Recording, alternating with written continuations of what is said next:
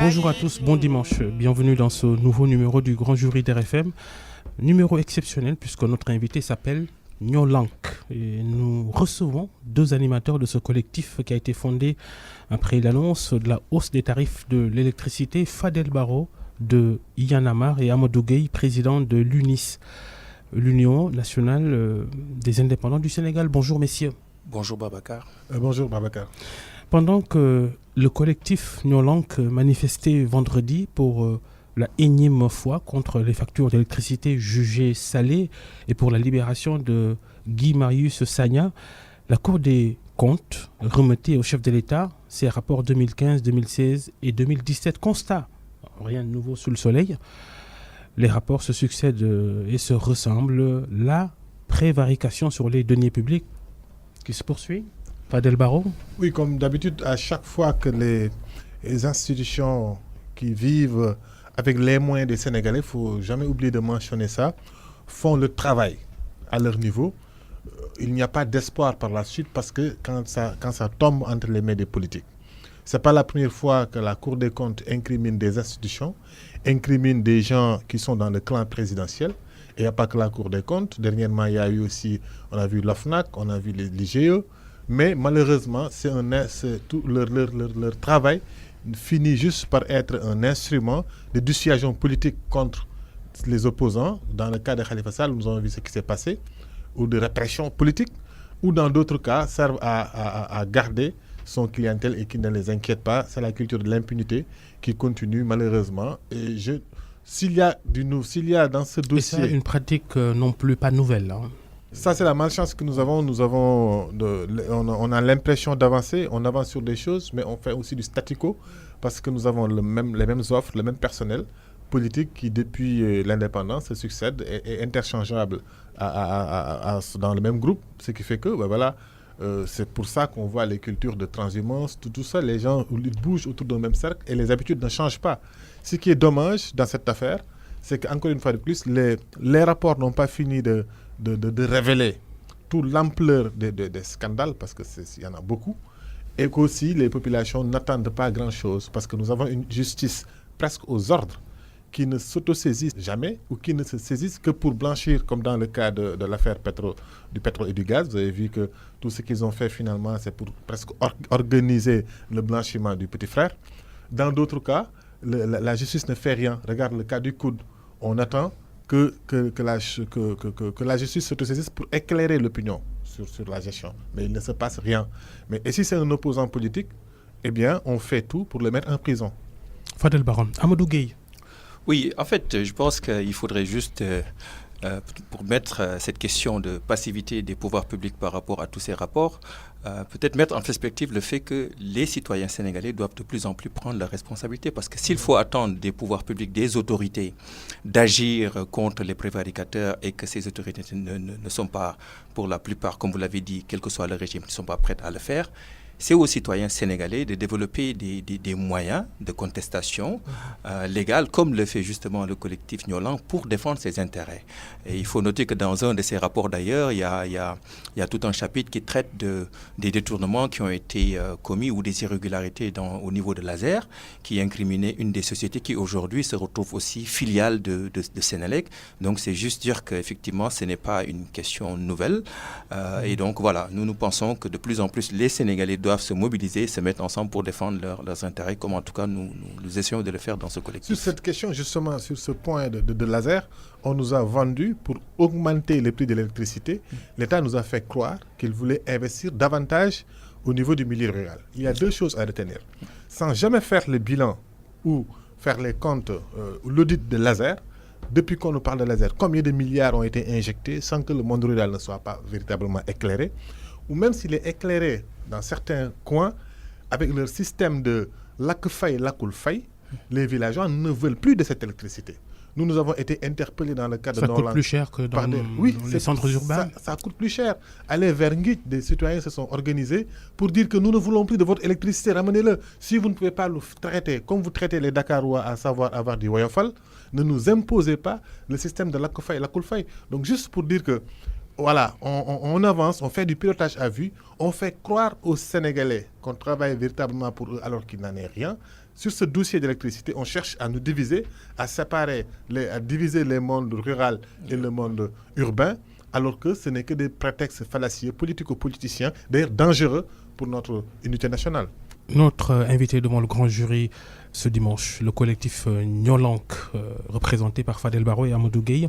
Pour revenir sur ce sujet de détournement de deniers publics, de corruption, est-ce que ces trois rapports remis par la Cour des comptes au chef de l'État, c'est à mettre aussi en rapport avec ce que Transparency International a publié cette semaine sur l'indice de perception de la corruption, dans lequel le Sénégal reste sous-classé avec une note de 45 sur 100, Amadou Gueye? Oui, je pense que c'est des rapports en fait dont les résultats ne surprennent pas du tout les Sénégalais. Effectivement, c'est un instrument beaucoup plus qui est utilisé qui est utilisé par l'État pour communiquer sur l'état de sa gouvernance. Mais les Sénégalais, en tout cas, ne sont jamais surpris, disons, du déclassement constant du Sénégal sur l'indice de corruption.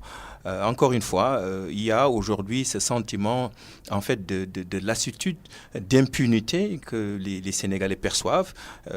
Ces trois rapports qui, d'ailleurs, il faut le noter, ne devait pas être rangé dans les tiroirs. Il faudrait qu'il soit publié chaque année. Donc c'était une anomalie. Les Sénégalais n'ont pas eu besoin de ces rapports, ou encore moins du rapport de Transparency, pour constater en fait une corruption active que l'on retrouve non seulement dans les services publics, mais qu'ils subissent aujourd'hui dans le cas de la Sénélec. Parce que parmi les causes de la hausse de l'électricité, il faut se rendre compte qu'il y a des surcoûts injustifié du fait que la Sénélec est aussi un dispositif d'enrichissement indu, une vache à lait de l'État, et que sur cette base, il y a des surcoûts qui sont refilés à la Sénélec et supportés par les Sénégalais. C'est l'une des causes de cette hausse de l'électricité, encore une fois, qui est injustifiée. On a souvent aussi parlé de l'entretien du personnel de Sénélec. Pourquoi le système, il est comme cela, et depuis toujours, Fadel Barro? Mais parce que nous ne nous sommes jamais arrêtés à regarder où est-ce que nous en sommes, qu'est-ce que nous sommes devenus, où est-ce qu'on veut aller, avec quel pilier, quelle institution, avec quelle société. Les tentatives qu'il y a eu à travers, par exemple, je donne l'exemple des assises nationales, ont été noyées, tuées par ses propres acteurs qui sont aujourd'hui au pouvoir. Ensuite, là, on appelle encore à un dialogue pour essayer de changer les choses. Alors que nous avons oublié qu'en début de cette seconde alternance, Macky Sall a allé chercher Abdou Mokhtar Mbow pour lui demander de faire une enquête, un rapport.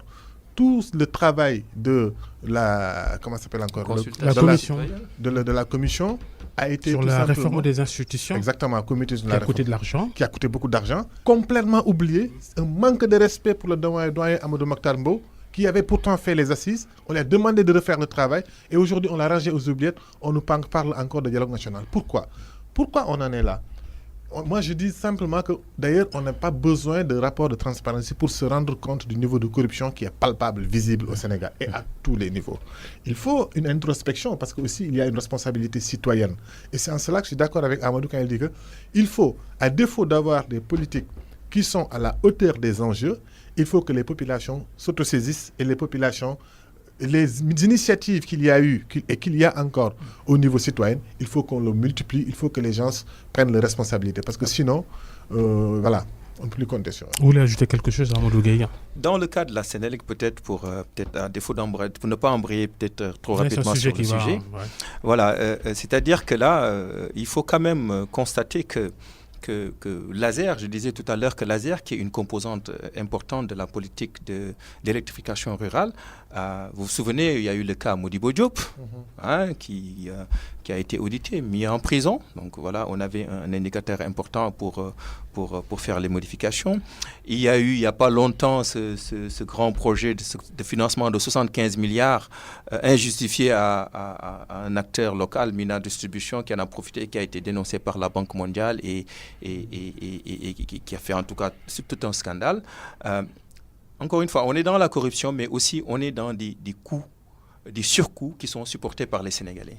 C'est-à-dire que ceux qui ceux qui prévariquent sur les ressources nationales, en fait, ne payent pas. L'État ne supporte pas le coût de leurs actions. Ce sont les citoyens qui, en dernier lieu, se mettent à devoir payer pour ces charges qui ne sont pas justifiées. Comment évaluer alors la gouvernance Macky Sall comparée au régime déjà passé?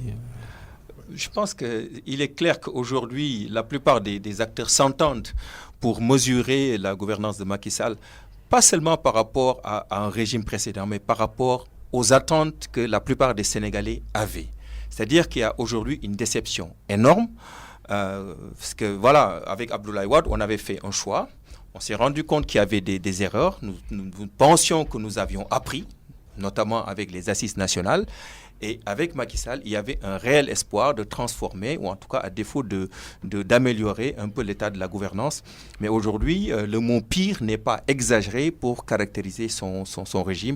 Et je dois dire que c'est une vraie déception pour la plupart des Sénégalais. Macky Sall et son gouvernement qui ont pourtant obtenu de bonnes notes dans la dernière évaluation du MAEP, le mécanisme africain d'évaluation par les pairs, qui est un dispositif de contrôle réciproque entre pays membres de l'Union africaine visant à favoriser la bonne gouvernance en Afrique, Fadel Barro.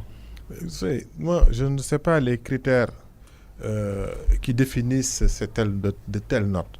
Parce qu'on se rend compte que même Mobutu avait de bonnes notes. Dans les pays où la gestion est plus chaotique et misérable, on voit quand même qu'il y a de bonnes notes. Parce que souvent, ces institutions-là se soucient peu du bien-être et de l'épanouissement des populations.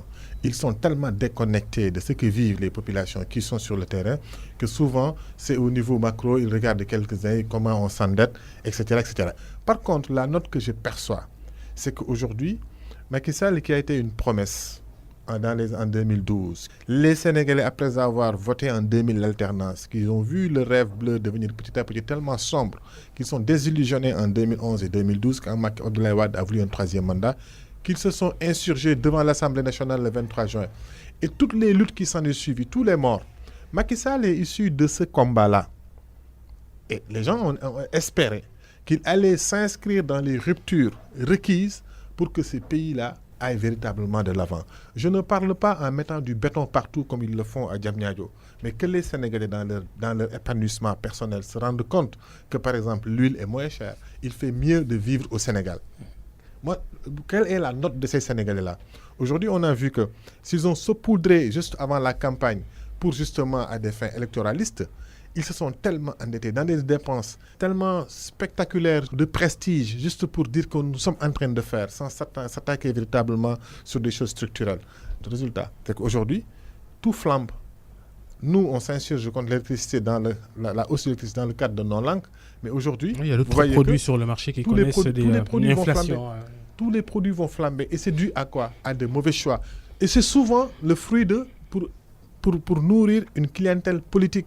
Qu'est-ce qui l'empêchait dans des moments pareils de prendre des décisions aussi symboliques que de dissoudre le Haut Conseil des collectivités territoriales, qui est clairement un instrument pour caser des alliés politiques. À tel point que vous avez vu comment les choses se sont passées avec la mort de Ousmane Tanor Dieng. On le remplace avec un membre du Parti socialiste. Le ministère occupé par Aminata Mbengue Ndiaye, on met encore un ministre. C'est-à-dire qu'il y a un tong-tong national flagrant dont il ne se cache pas. Quand je passe toujours devant le siège actuellement de l'APR, qui appartient à tous les Sénégalais, parce que c'est l'espace. Je ne me suis jamais suffisamment indigné de cette affaire. Je me demande comment les Sénégalais l'ont accepté. Comment ils ont pris cet espace qui appartient à Dakar Demdik. Vendu par Dakar Demdik. Oui, mais vendu, mais dont le directeur général est allié du président. Allié du président. Ça a été dénoncé à l'époque, mais... C'est ça qui est indécent. Et ça, ce n'est que la partie visible de l'iceberg. Regardez au Conseil, j'ai pas dit au Conseil, le Conseil social, environnemental, écologique, c'est pareil. Donc voilà, on est dans un système où on est là, la politique est devenue ou devient un instrument d'enrichissement pour soi et ses coalisés au détriment du peuple, au détriment des populations qui continuent de trinquer, à qui on jette des sucettes par élection. Ou, voilà. si vous allez à l'intérieur du pays, mais si vous regardez le niveau de déliquescence de l'État, parce que tout ça finit par affaiblir l'État. Ça affaiblit l'État. Si on voit l'insécurité alors grandissante... Fadel Barro, je me tourne vers Amadou Gueye pour ça. Ça, ce sont peut-être des sujets que votre plateforme Nolank devrait prendre en charge, non En réalité, c'est vrai qu'on est rentré un peu par effraction et peut-être par opportunité sur l'électricité, mais il reste évident que d'abord l'électricité c'est un intrant de base qui va toucher en fait tous les produits, disons produits à partir donc de l'électricité qui vont être impactés. Mais nous disions d'ailleurs que ce n'est pas juste l'électricité, il y a le prix du gasoil qui a été augmenté. Et c'est vrai que quand on l'a fait, beaucoup d'entre nous, aussi, on pensait que c'était juste l'affaire des automobilistes et des transporteurs. Or, tous les produits ont une charge en termes de transport. Donc, en augmentant le prix du gasoil, on touche aussi le prix de tous les produits. On l'a fait quand on a aussi, parce que les industries... oui, ils sont concernés. Les boulangers menacent de revoir à la hausse les prix. Quand on a augmenté aussi, quand on a fait le resserrement du contrôle douanier, beaucoup d'entre nous ont pensé qu'il s'agissait que d'une action qui concerne les importateurs. Donc, ce que je veux dire, c'est qu'effectivement, nous sommes aujourd'hui en face d'un État qui a des difficultés financières sérieuses. Il faut le reconnaître. L'État a des difficultés financières sérieuses. Et qui, parce qu'il a passé cette année à expliquer aux Sénégalais qu'il est dans une courbe de croissance, malheureusement, qui se trouve aujourd'hui en mauvaise posture pour expliquer, pour justifier ces difficultés. Et comme il ne peut pas expliquer ces difficultés, et comme l'État n'a pas un plan clair de sortie de crise, on y va sur une taxation et une augmentation des tarifs tout azimut. Donc, ce n'est pas juste l'électricité qui est concernée. C'est le prix du gasoil, c'est les taxes qu'on fait sur les commerçants. Vous avez vu les taxes qu'on a introduites sur les charges à l'essieu qui touchent les transporteurs de conteneurs. Vous avez vu les taxes qu'on a mis pour les transporteurs de marchandises au niveau même du port. Toutes ces taxes, on est dans un plan d'ajustement structurel sans le nommer. Ouais. Parce qu'aujourd'hui, il faut reconnaître que les États, dans une approche de communication, ne disent plus qu'ils sont en train d'appliquer un plan d'ajustement structurel parce que c'est une expression codée qui veut dire que vous avez des difficultés financières. Or, c'est le cas. On parlait tout à l'heure du MAEP, les mécanismes d'évaluation, mécanisme africain d'évaluation par les pairs. Le président de la République a présidé jeudi le lancement de ce rapport du MAEP, en contre-cours de laquelle il a effleuré l'affaire Guy Marius Sagna, votre camarade de Nolank, Fadel Barro et Amadou Gueye, votre camarade Guy Marius Sagna, placé en détention depuis plus de 2 mois maintenant. Le chef d'État a estimé, Macky Sall a estimé que la tentative de manifestation devant le palais présidentiel qui a valu à Guy Marius Sagna et à ses autres co-détenus qui ont été libérés, que cette manifestation n'était pas pacifiste. C'est pour lui, Fadel Barro, une façon de justifier les suites judiciaires de cette affaire. Mais je pense que avant lui, d'autres ont dit que le palais présidentiel est en domaine militaire, donc Guy Marius Sagna et les autres avaient tort d'y tenter une manifestation. Quand les jeunes de l'APR ont escaladé les grilles du palais pour manifester, s'ils avaient été traités de la même manière, on n'aurait pas créé un scandale. Il y a des jeunes de l'APR qui ont fait la prison pour avoir justement... Ils n'ont pas fait 63 jours de prison et détenus dans une cellule pour terroristes. La réalité sur l'affaire Guy Marius Sagna, c'est qu'ils l'ont toujours cherché.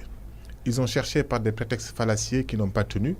Après, ils ont saisi l'occasion en disant qu'il est venu devant le palais, ils ont voulu en faire un crime. La démocratie que le Sénégal se targue d'être une grande démocratie, si c'est vrai. 15 personnes, moins de 15 personnes, qui marchent sans armes, ni rien, ils n'ont même pas de pancarte, arrivés devant les grilles du palais, auraient pu soit être introduits et reçus par le président de la République, du moment où ils l'ont mis dans la presse et qu'ils l'ont fait entrer dans le palais, il faut le rappeler, soit une affaire traitée en flagrant délit et qu'on passe à autre chose. La réalité, c'est qu'il y a de l'acharnement sur la personne de Guy Marius Sagna. La réalité, c'est que les combats que porte Guy Marius Sagna, au-delà des questions sociales qui nous lient d'ailleurs sur nos langues et autres, gênent.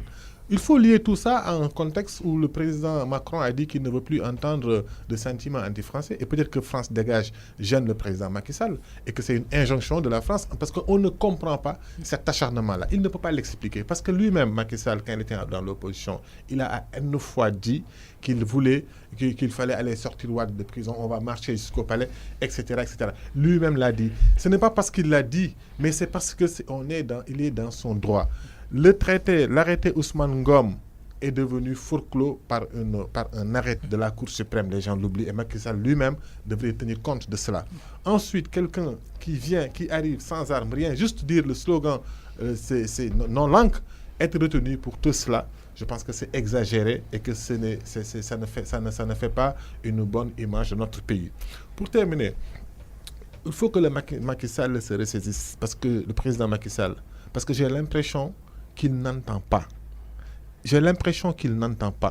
Vous savez, ceux qui lui disent qu'un État Vous estimez qu'il néglige la clameur populaire il le néglige clairement. Au début, il a démontré des velléités d'écoute quand il a dit que l'électricité sera diminuée au premier semestre. Ensuite, il a écouté certainement son ami Souleymane Ndéné Ndiaye qui a dit que non, un État ne doit pas reculer, qu'il faut mater. Je lui rappelle que ce sont ces mêmes gens-là, en 2011 et 2012, quand ils prenaient son mergadou pour venir aux manifestations de Y'en a marre et du M23, quand ils marchaient avec nous, quand Tchad a été arrêté, je me rappelle encore de cette image où il est venu avec Moustapha Niasse nous retrouver devant les directions des affaires générales du tribunal pour manifester avec nous pour la libération de Tchad. Ce Macky Sall-là, à ce moment même, c'est Souleymane Ndéné Ndiaye qui était avec Abdoulaye Wade pour lui dire ce n'est qu'une brise qui passe et que cette brise-là emportait. S'il n'écoute pas cette clameur, regarde ce qui s'est passé avant-hier lors de la manifestation de non-langue avec les étudiants. Mais les gens qui sont venus, ils n'ont pas été transportés. Et de plus en plus, cette foule grossit. Pourquoi? Parce qu'il y a des hausses tout azumis. Les Sénégalais n'acceptent pas cet emprisonnement de Guy Marius Sagna. Lui-même, quand Macky Sall, Abdoulaye Wade a voulu le mettre en prison et qu'il avait été convoqué au commissariat central parce qu'il venait de créer son parti, Wade voulait lui coller un motif de blanchiment d'argent. C'est tout le peuple qui l'a accompagné jusqu'au commissariat. Ces Sénégalais-là qui n'aiment pas l'injustice, qui l'ont soutenu quand il était exclu de l'Assemblée nationale parce qu'il a osé convoquer le fils d'Abdoulaye Wade. Ces Sénégalais qui n'aiment pas cette injustice-là sont encore là et ils le regardent et ils voient comment il traite Guy Marius Sagna. Et qu'il est en train de minimiser quelque chose, mais un jour, et ça va continuer parce qu'il doit comprendre, et je pense qu'il peut le comprendre, que les jeunes avec qui il a affaire ne lâchent pas l'affaire ou ne lâchera rien jusqu'à ce que, et vous voyez, chaque jour, ça grossit, et jusqu'à ce qu'un jour, quand arrivera à un niveau où il ne peut plus reculer, il tirera les leçons tout seul. Oui, d'abord, compléter une chose sur le MAEP. Quant à la bonne note du Sénégal, il faut quand même se rendre compte que le gouvernement du Sénégal donne de fausses informations aussi au MAEP. Par exemple, quand l'État, souvent ils le disent, que la société civile est présente dans le COS-Petrogaz, c'est absolument faux. C'est prévu dans les textes, mais jusque-là... C'est pas encore acté, mais ce n'est pas encore prévu, acté. Hein, et pourtant, ils sont en train de prendre des lois, ils sont en train de prendre des décrets d'application, ils sont en train de signer des contrats. Peut-être un petit problème de mise en œuvre. Non, je pense que c'est une démarche bien organisée qui consiste à prétendre que la société civile est là pour faire croire qu'il y a une caution. Or, ce qu'ils sont en train de faire, ils sont en train de mettre les Sénégalais devant le fait accompli. Peut-être qu'on aura l'occasion d'en reparler plus tard, mais les choix qui sont en train d'être faits aujourd'hui sur le gaz et du pétrole, ça ressemble en tout cas un peu à ce qui est en train de se faire sur l'électricité. C'est-à-dire que de l'extérieur, les choses semblent tout en ordre, mais quand on y arrivera, on se rendra compte que les Sénégalais ne gagneront pas grand-chose, ils seront devant le fait accompli, parce que c'est ce qui a été fait sur l'électricité, avec le plan ISL, l'argent a été financé, exécuté, on a dit que c'était réussi, et pourtant au bout, l'objectif n'a pas été atteint. Qu'est-ce qui se passe? On a augmenté les frais. Qu'est-ce qui s'est passé? Est-ce que l'argent n'a pas été investi? Si. Est-ce que le plan a été déclaré réussi? Oui. Est-ce que la Sénélec a déclaré des bénéfices entre 2016 et 2017 de plus de 30 milliards? Oui. Donc, normalement, toutes les ressources ont été dépensées. Le satisfacit attendu a été obtenu. Pourquoi il n'y a pas eu de baisse? Je dis cela tout simplement pour qu'on évite ce même scénario avec le pétrole. Parce que les mêmes hommes qui ont la Troïka, qui a piloté le secteur de l'électricité entre 2016 et 2020, c'est cette même Troïka qui est aujourd'hui en train de prendre des décisions sur le pétrole. Et il faut que les Sénégalais soient avertis pour qu'on ne se réveille pas ensuite pour être surpris que finalement les choix qu'on a faits n'ont pas été les bons choix. Maintenant, je voulais sur Sur Guy Marius Sagna, d'abord, je suis gêné que mon président de la République soit un ignorant de la loi. Ça, je ne le tolère pas. Je ne tolère pas que le président de la République ignore les droits, les arrêts de la Cour suprême et la loi qui organise les réunions publiques. C'est inacceptable. Je peux comprendre que le préfet veuille s'opposer à une décision, mais le président de la République est doté de conseillers qui peuvent l'informer si effectivement un citoyen a le droit de faire une marche à la place de l'indépendance. Fadel vous l'a dit tout à l'heure, l'arrêté Ousmane Ngom est désuet. Il est toujours dans l'arsenal administratif, mais il est désuet. Et encore une fois, vous vous souvenez que le 31 décembre, c'est le président de la République sur son fauteuil devant vous, Babacar, qui disait que nulle part, dans aucun pays, on ne peut faire une marche. Mais c'est absolument faux. Et je lui demande, mais pour l'amour de la Constitution et le respect de ce pays, de s'en référer à Ismaïla Madior Fall, de s'en référer à la Cour suprême. Ces messieurs sont là et peuvent l'informer qu'un citoyen a le droit d'aller faire une marche où il veut. Et que le préfet ne peut interdire une marche que s'il n'a pas assez de force pour encadrer une marche. Il ne suffit pas de dire qu'il va au palais, c'est insuffisant. Et donc, moi, je trouve ça gênant qu'un président de la République prône des dispositions qui sont contraires à la Constitution et à la loi. Le collectif Nolank, l'invité du grand jury, comment va-t-il, Guy Marius Sagna, Fadel Barro? Guy, il y a des restrictions parce qu'on ne donne pas d'autorisation à ceux qui veulent le voir. Jusque-là, il y a beaucoup de restrictions. Mais Guy Marius Sagna, pour ceux qui le connaissent, est un roc. Ils ne peuvent pas l'atteindre. Ils cherchent à le faire plier chez nous. Mais Guy ne pliera pas. Il a un moral d'acier. Vous avez vu dernièrement, il a même sorti, il a réussi à faire entendre sa voix pour demander aux jeunesses sénégalaises de rester éveillées et de tenir bon.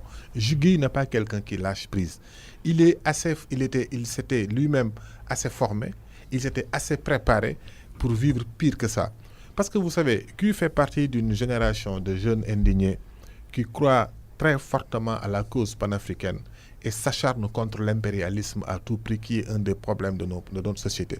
Guy croit à un Sénégal indépendant. Mais quand je dis indépendant, c'est indépendant avec majuscule, à tout point de vue, autonome, mais avec des Sénégalais épanouis qui conduisent eux-mêmes leur destin.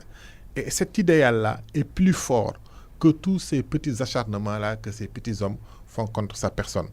Ils ne peuvent pas l'atteindre. J'ai l'habitude de dire d'ailleurs que les activistes et cette répression-là, c'est comme de l'or et le feu. Plus ils mettent le feu sur nous, plus ça nous fait briller. Ils ne peuvent que rendre audible davantage le combat de Guy Marius Sagna. Et ça, Guy l'a tellement bien compris qu'il est prêt à faire tous les sacrifices. C'est vrai qu'il a une famille et c'est dur pour sa famille. C'est vrai qu'il a des enfants et c'est dur pour ses enfants. C'est vrai pour ses amis, c'est très dur. Mais je dois vous dire que Guy, en tant que lui où il est, malgré tout ça, il a fait le choix et il est prêt à faire le sacrifice. Ça, il faut que les gens le comprennent. S'il cherche à l'atteindre, Guy peut sortir demain et le lendemain, il retourne au combat. Il n'a pas ce problème-là. Parce que ce n'est pas ça qui le retient.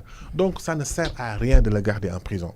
Cette injustice qui s'abat sur lui, vous avez vu toutes les restrictions qu'il y a eu. Je vous ai parlé de aussi, on ne lui donne pas l'autorisation d'utiliser le téléphone comme tous les autres. Ouais. Ils l'ont mis dans une cellule pour terroristes, avec des terroristes. Voilà. Alors que c'est un simple citoyen qui n'a jamais, sur tout son parcours, c'est un non-violent. Les gens oublient que pendant le M23, Guy était encore en Tamba, à Tambacounda. Il s'est battu à côté du M23.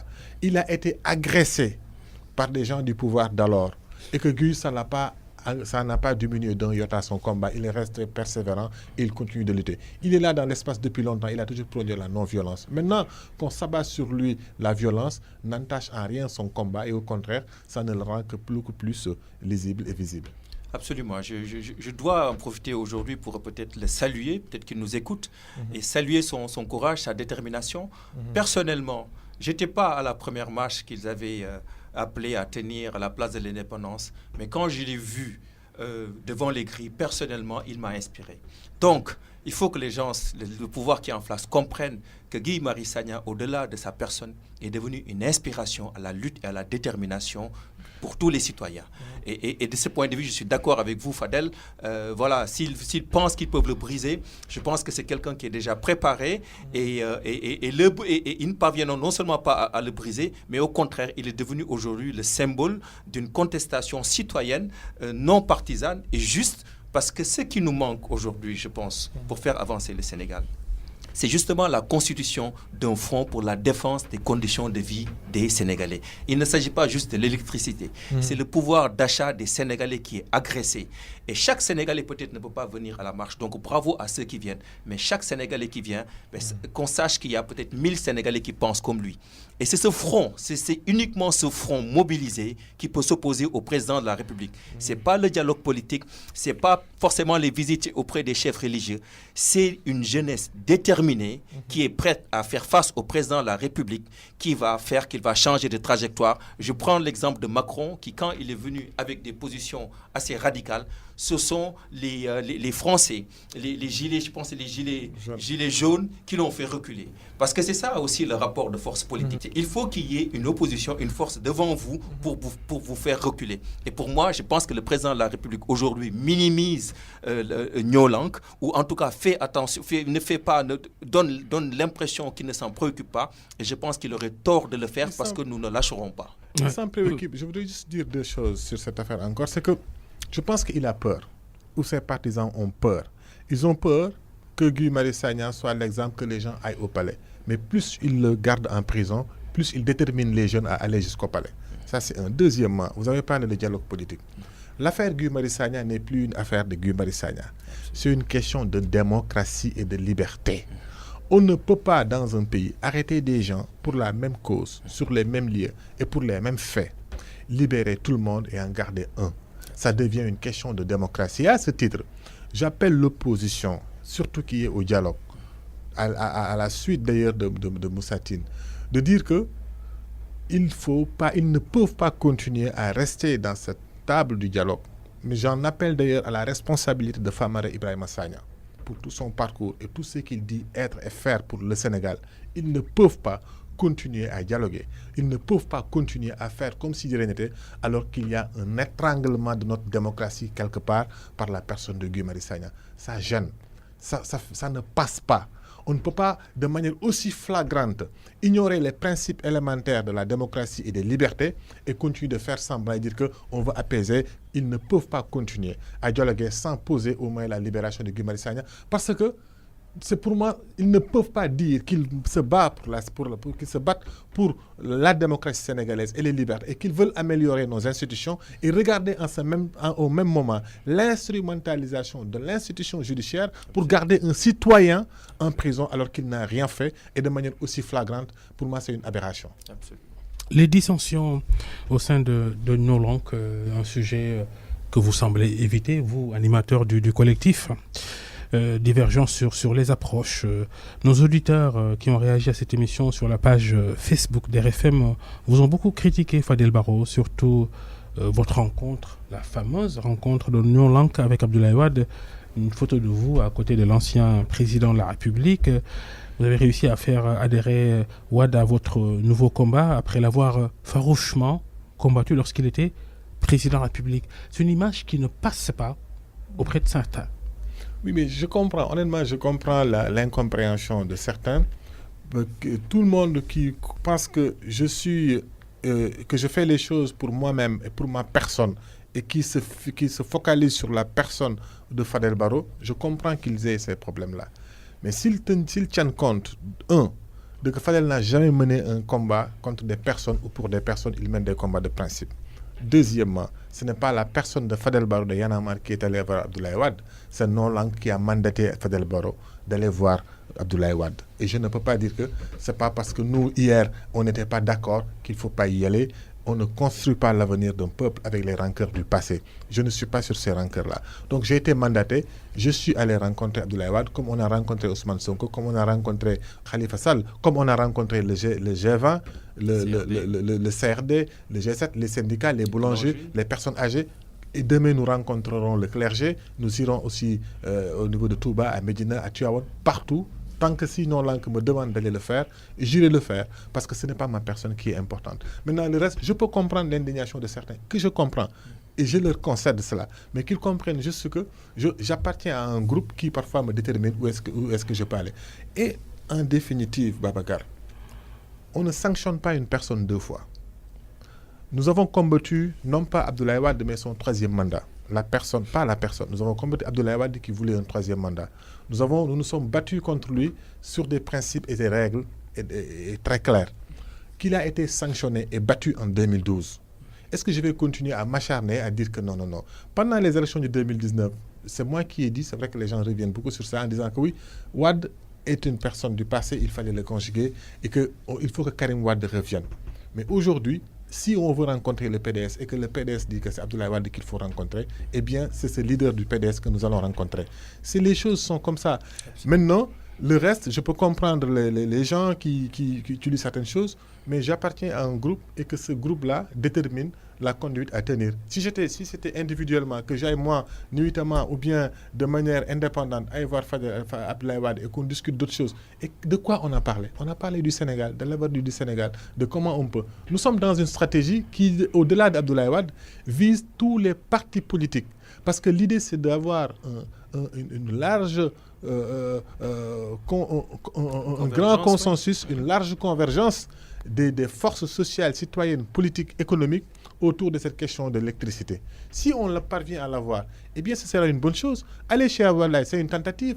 Aller chez Sonko, c'est une tentative. Si on le réussit, ce serait quelque chose de magnifique pour le pays. Absolument. Ça ne fait qu'avancer la démocratie. Ça ne fait que soulager les populations sénégalaises qui en ont marre de cette hausse des prix qui a commencé et qui continue.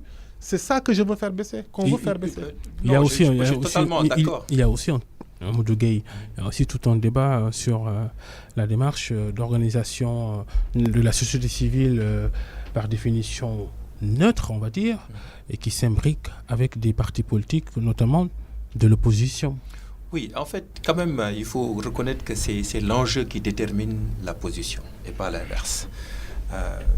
Autrement dit, la neutralité consiste justement, pour un sujet transversal concernant tous les Sénégalais, la neutralité consiste à parler avec tous les Sénégalais. Ce qui aurait été incohérent de la part de Nyolank, c'est de parler à un groupe et pas à un autre sur un sujet qui concerne tous les Sénégalais. Donc l'enjeu, c'est l'électricité. Tous les Sénégalais sont concernés. Les corps organisés dans les organisations économiques, les corps représentatifs dans les partis politiques. Vous auriez pu rencontrer la direction de l'APR ou de Benno Bokk Yakaar, non ? Je vous dis que c'est un sujet qu'on a évoqué. L'opportunité peut-être se posera. Oui, mais voilà, c'est-à-dire, évidemment, on ne va pas voir quelqu'un, comme le dit Fadel, qui nous jette des pierres, mais dans l'absolu, nous avons dit dès le début que nous ne sommes pas dans une dynamique contre l'APR, ni dans une dynamique contre Benno Bokk Yakaar. Cela s'entend. Il est vrai que sur cette question, quand nous nous adressons aux autorités, au pouvoir public et au président Macky Sall, nous ne nous adressons pas au chef de l'APR, nous nous adressons au président de la République comme décisionnaire ultime de la hausse.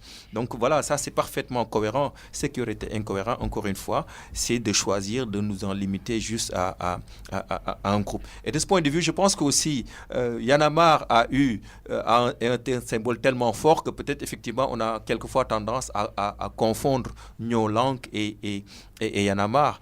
Et de ce point de vue, je pense qu'il faut saluer aussi l'engagement et la constance de Y'en a marre, qui a toujours été présent dans des combats où peut-être qu'effectivement les partis politiques n'étaient pas toujours présents, notamment dans Aar Li Ñu Bokk et aujourd'hui dans Nyolank. Donc il ne faut pas le leur reprocher, mais peut-être essayer de comprendre leur position. Et comme il l'a dit, c'est la position du collectif Nyolank qui est dans une démarche cohérente pour s'adresser à tous les Sénégalais, parce qu'il faut le dire, nous ne voulons pas juste une libération de Guy Marius Sagna pour mettre fin aux choses.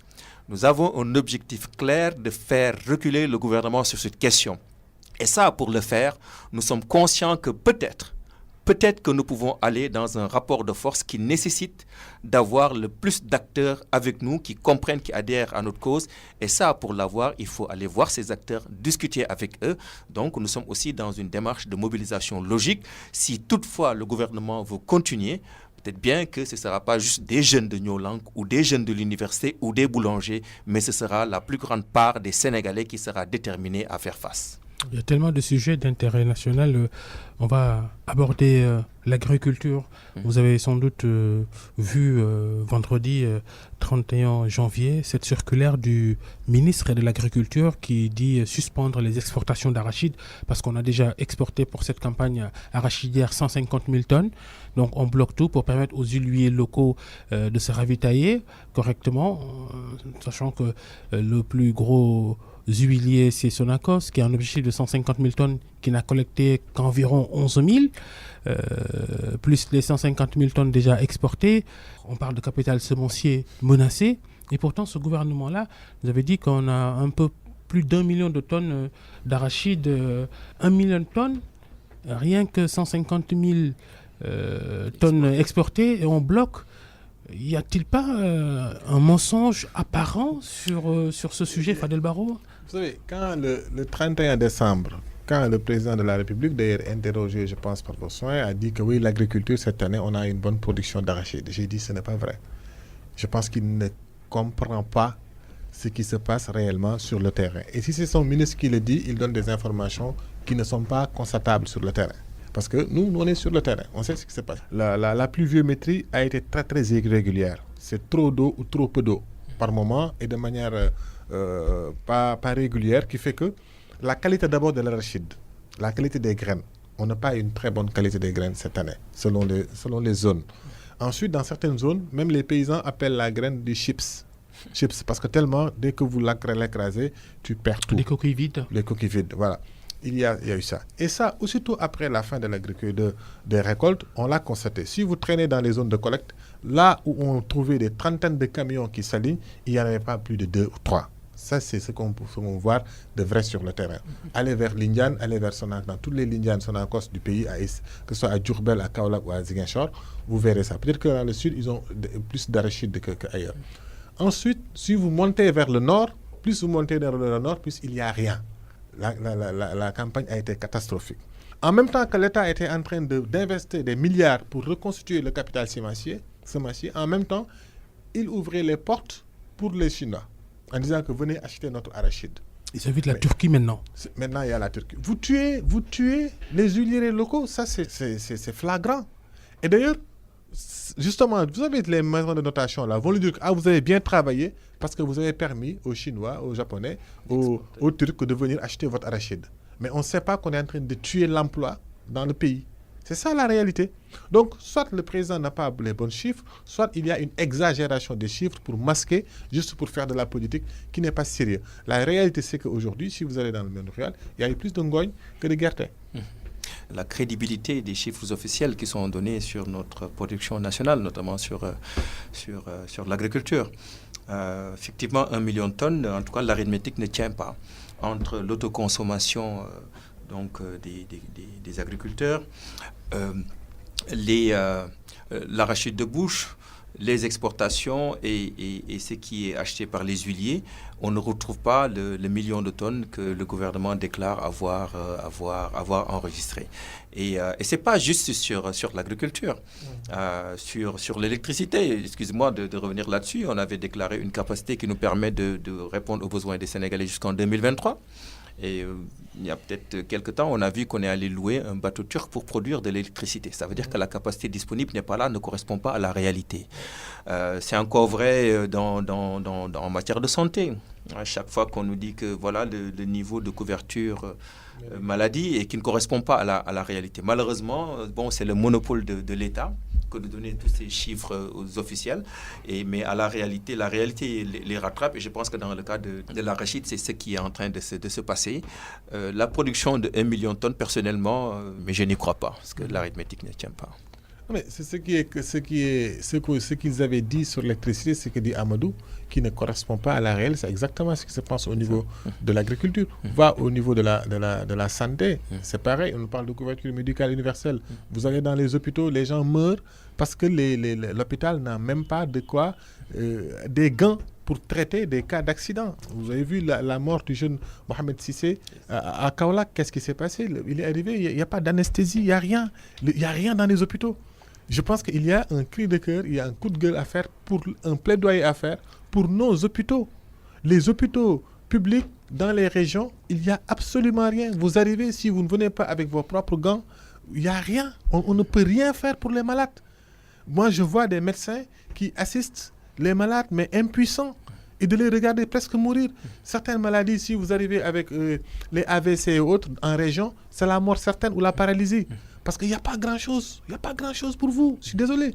Et là, on nous dira que oui, couverture médicale universelle, alors que le plateau technique et le plus petit matériel, instrument de travail, ils ne l'ont plus.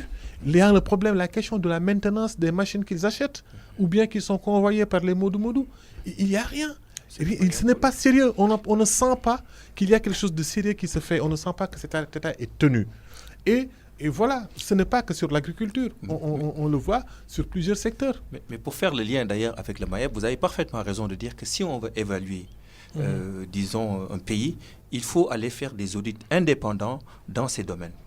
Plutôt que de se limiter aux dispositions dans les textes, aujourd'hui, parce que le MAEP peut-être prendrait le fait qu'il y a que le gouvernement a retenu cette politique d'assurance maladie pour dire que voilà, le Sénégal a avancé. Or, vous l'avez bien dit, il faut aller voir dans les structures de santé la réalité du service de santé pour faire une dotation qui soit significative parce que c'est celle qui touche la vie de tous les Sénégalais.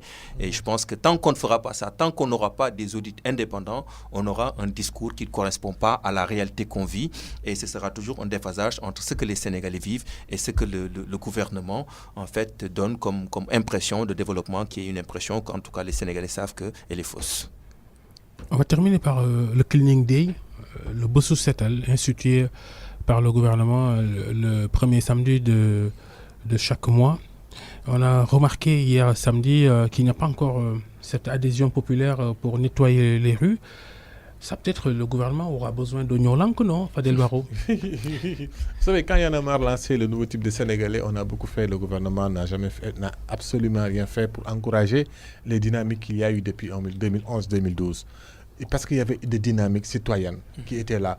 Quand, à la fin des manifestations, les jeunes nettoyaient et que le président de la République lui-même, ses derniers meetings, je me souviens, en 2012, ses militants nettoyaient les lieux et les places parce qu'il voulait s'assembler à cette jeunesse. Dès qu'il est arrivé au pouvoir, il a oublié cette jeunesse-là, il a fait ce qu'il veut. Maintenant, vous ne pouvez pas... Le Cleaning Day est une cause nationale, vous devez adhérer, non? Babacar, c'est toujours les mêmes problèmes. C'est qu'on met les charrues avant les bœufs. Est-ce qu'on a pensé notre système de collecte d'ordures? On va encore tout remettre à Mbebes, qui est devenu une bombe écologique, dont d'ailleurs les Mbebessois n'en veulent plus. Ils ont assuré qu'ils vont améliorer Mbebes avec de nouvelles dispositions techniques qui permettent... On ne peut pas améliorer Mbebes, il faut repenser Mbebes. Et repenser Mbebes, c'est le repenser à partir même de nous-mêmes, comment notre comportement avec les ordures. Vous savez, il y a tellement de sable dans notre ordure qu'il est difficile à traiter. Aujourd'hui, l'ordure peut devenir de l'énergie. Mais on ne peut pas le faire dans les conditions que nous le faisons aujourd'hui. Vous ne pouvez pas faire des cleaning day si ce sont des meetings politiques. Allez dans les lieux de cleaning day. C'est chaque responsable de l'APR qui en fait un instrument pour faire sa petite mobilisation où les gens font semblant. Alors que c'est l'assainissement, c'est un comportement de tous les jours, c'est un vécu dans l'acte et de la pensée. Mais ça, on y est à des années-lumière de cela. Et ce n'est pas de la politique qui va le faire, même s'il faut utiliser la politique. On ne voit pas cette vraie volonté. On n'attend pas presque à la fin de son mandat. Mais Babacar, je ne sais pas si l'émission est finie, mais quand même, permettez-moi de revenir un peu sur Amadou Gueye, de remercier les Sénégalais qui continuent de se mobiliser. Ce qui s'est passé le vendredi dernier sur l'axe Universitaire Anta Diop avec la place symbolique et mythique pour ceux qui savent ce que ça représente, le rond-point de Poste Médina.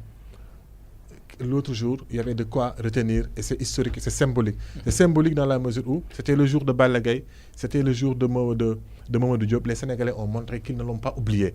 Et les rangs continuent à grossir, nos rangs continuent à grossir. Et j'encourage les Sénégalais à venir davantage. 10 secondes, Amadou. En 10 secondes, je ne cracherai pas sur le Cleaning Day. Je suis attentif à ce que le gouvernement fait.